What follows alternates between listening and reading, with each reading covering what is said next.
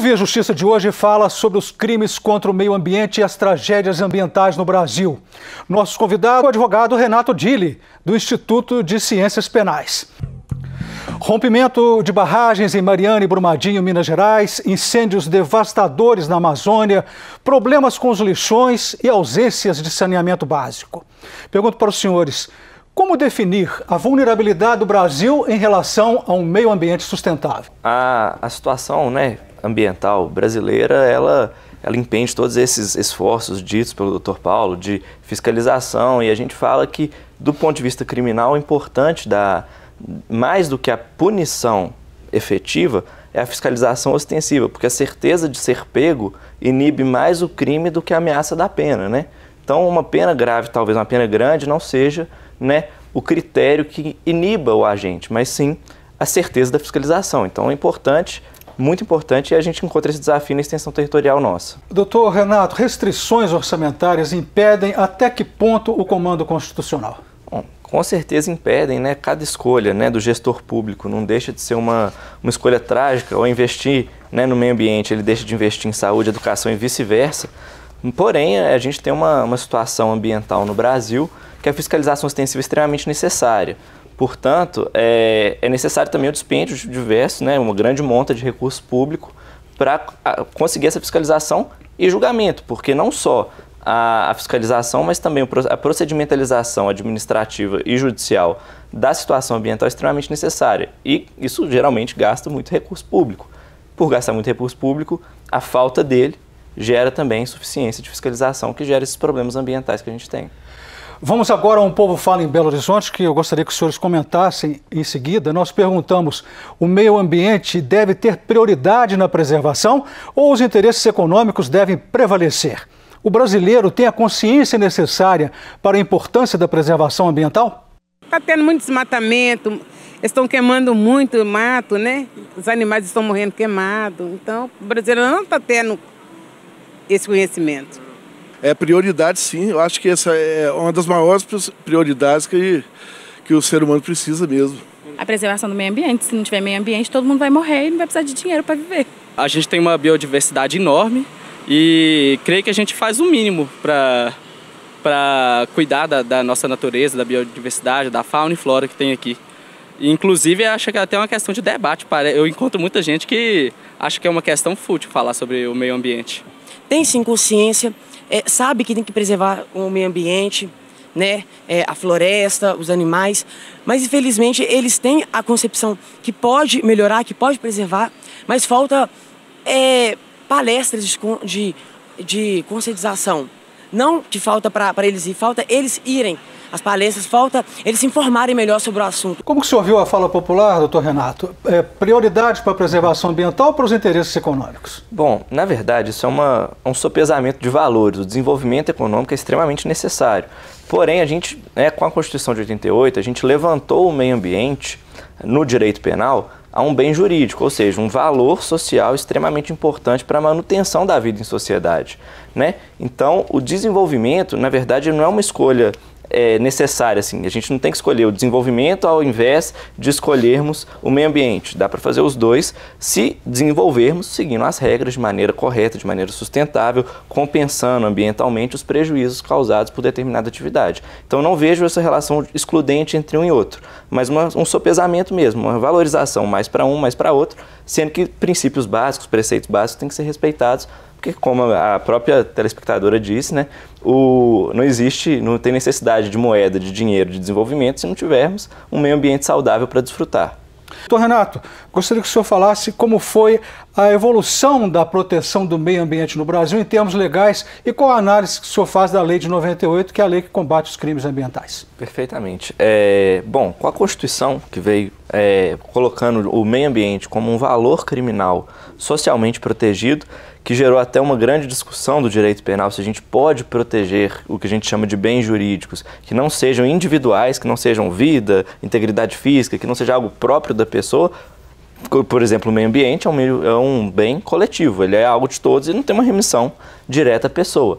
Isso foi uma discussão muito interessante, veio junto com a alçada da Constituição do meio ambiente a um valor criminalmente protegido, a um bem jurídico penal, e Consequentemente, né, a Constituição em si não prevê o tipo penal, o crime especificamente. Veio a lei de 98, né, a lei 9.605, que prevê quais crimes, quais condutas a gente entende socialmente graves, suficiente a ponto de justificar uma represália criminal. Então, a gente caminha num modelo evolutivo para um viés punitivista, né, um viés de responder à violência, né, a conduta desviante ambiental com a violência do Estado, né, que é a conduta que os países desenvolvidos têm adotado, né? A Alemanha, Estados Unidos, todos têm criminalizações ambientais. E é interessante porque a gente vive hoje em dia num mundo não fechado dentro do nosso país. A gente faz relação, né, principalmente com modelos de compliance com países estrangeiros, a gente precisa dessas normas protetivas ambientais para termos condição, inclusive, de negociar. Foi o que eu falei anteriormente do meio ambiente ter essa relação com o desenvolvimento sustentável. O desenvolvimento hoje precisa desse tipo de atuação, da proteção do meio ambiente, para a gente conseguir fazer negócio com outros países, inclusive. Doutor Renato, quais são as sanções penais previstas na lei de 98?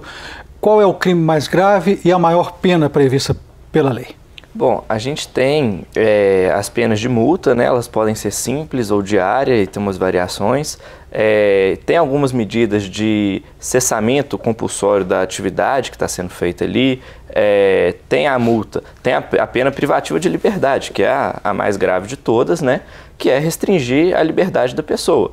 A maioria dos crimes ambientais não chega a tanto, porque a pena é menor do que 4 anos. Todavia, existem alguns crimes que a pena pode chegar até 6 anos. Tem na majorante, tem algumas majorantes e tal, então o limite que a gente chegaria ali no direito penal ambiental é a pena de 6 anos e um regime semiaberto. Então, o mais grave que a lei dos nossos crimes ambientais chega hoje no Brasil seria 6 anos num regime semiaberto, uma conduta assim, extremamente grave para o meio ambiente. A lei coloca os crimes ambientais em 5 situações, né? Tem o crime contra a fauna, a flora, quais são os outros? Tem o crime contra a administração, né, a administração do meio ambiente, tem o crime contra o patrimônio histórico-cultural e tem os crimes urbanos. Doutor Renato, quais são os entraves na punição de crimes ambientais no Brasil? Quais são as dificuldades de se combater o crime ambiental no país? Bom, além da questão fiscalizatória, o Brasil é um país de dimensão continental e isso dificulta muito a questão de verificação dos crimes quando eles acontecem, né, longe das autoridades ou não geram efeitos visuais, sensoriais muito grandes. A gente tem o problema legislativo, que aí é uma questão mais técnica, que seria a norma penal em branco. A norma criminal relativa aos crimes ambientais, muitas vezes ela deixa a situação em aberto. Por exemplo, pescar na Piracema. A gente sabe que é crime pescar na Piracema, mas a gente não sabe, a lei não fala pra gente quando que a Piracema acontece, a gente precisa de uma portaria determinando isso. Então a gente tem uma imprecisão legal que dificulta certos casos. Outra questão também que tem dificultado, infelizmente, né, a condenação, né, a proveniência do resultado jurisdicional dos crimes ambientais é justamente a prescrição. Como eu disse, as penas dos crimes ambientais, via de regra, não são tão altas. Muitas delas prescrevem, são adstritos a juizados especiais e prescrevem em 3 anos, 4 anos, isso acontece. Então, a prescrição opera muito em casos de crimes ambientais e isso também é um fator impeditivo. A ação civil pública tem complexidade, difícil manejá-la na proteção do meio ambiente, doutor Renato? A gente tem algumas dificuldades. A ação civil pública ela tem o objetivo principal da reparação do dano. Ela não é um pressuposto para ação penal. Existem ações penais criminais ações criminais sem ação civil pública, mas ela encontra algumas dificuldades. Ela tem, né, a legitimidade. Às vezes a proporção do crime ambiental não chama atenção a ponto de gerar, né, uma ação civil pública, né? Esses crimes de grande proporção, essas grandes tragédias, com certeza. Mas o crime ambiental, ele não é só esse crime de grande proporção. A situação, a violência ambiental não é essa. Ela acontece odiernamente. A pessoa destrói um patrimônio cultural, solta um balão, desmata uma pequena área ali para construir uma fazenda. Isso tudo envolve a criminalidade ambiental e, via de regra, não gera ação civil. Há quem considere a lei de crimes ambientais branda na penalização. Isso procede? O senhor concorda? Tem 2 pontos de vista, na verdade, porque ela é branda se você for verificar a procedimentalização e como ela é mais baixa, a prescrição rege pela quantidade de pena aplicada. Então, como ela é mais baixa, a prescrição acontece muito por causa disso. Então, para esse fim, ela é branda. Todavia, se você for ver o sistema penal como um sistema completo, etc., nem tanto. O meio ambiente é um valor protegido com certa força, né? As penas ali giram em torno, né, até 4 anos, 5, máximo de 6 anos, mas se você for ver, a sonegação fiscal também, alguns crimes, né, que têm potencial ofensivo, tal qual o crime ambiental, estão no mesmo nível ali. Então, acho que não.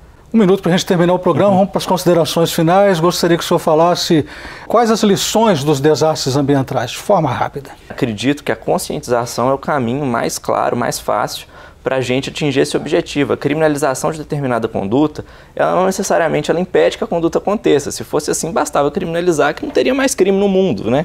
E a gente sabe que essa não é a realidade. Então, o direito penal, o papel dele é punir, é tentar prevenir que o crime aconteça pela punição. Só que a gente já viu que isso é uma medida meio inefetiva, ela tem a sua eficácia, mas ela é limitada. Então, a educação, o investimento em conscientização, principalmente dos pontos mais nevrais dessas situações ambientais estratégicas, ambiente, floresta, é o principal ponto e esse seria o principal foco mais eficaz de política pública.